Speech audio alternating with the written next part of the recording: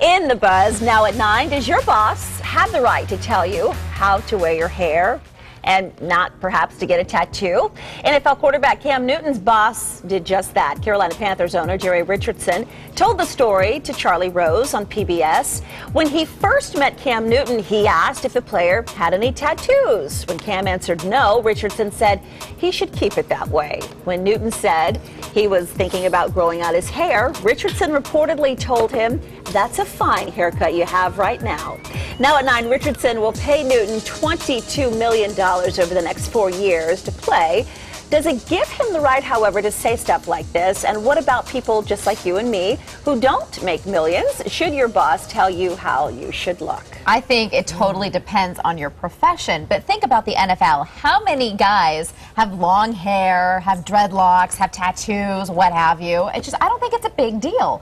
Why was it presented as such to Cam? It's interesting. It's very, very interesting. But at the same token, this team owner has every right to say, this is how I want my team presented. The only thing is he has to make sure that he's being consistent with everybody on that team and not just singling out Cam. See, I disagree with that. I think that a quarterback is held to an entirely different standard than the rest of the players. I mean, a quarterback is the leader, a quarterback is the face of the team and represents the team in a lot of situations where the other players don't.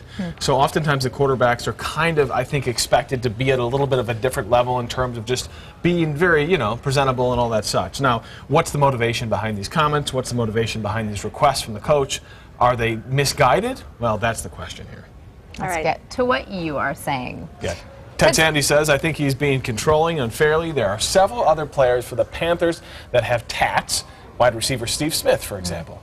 Diana Brow says, I have worked at places where there was a dress code. For instance, no piercings other than in the ears. If people had tattoos, they had to be kept covered up, and no one had an issue with that. Leslie Jones says, all the boss said was, I'd like to keep it that way when he found out that Cam didn't have any ink. Doesn't mean that's the way it will be next year. And Robin Backus writes, well, is he trying to put a tat on his face? I think as long as his tattoos aren't derogatory, he should be able to get as many as he wants. That'd be cool if he had one on his face, though, don't you?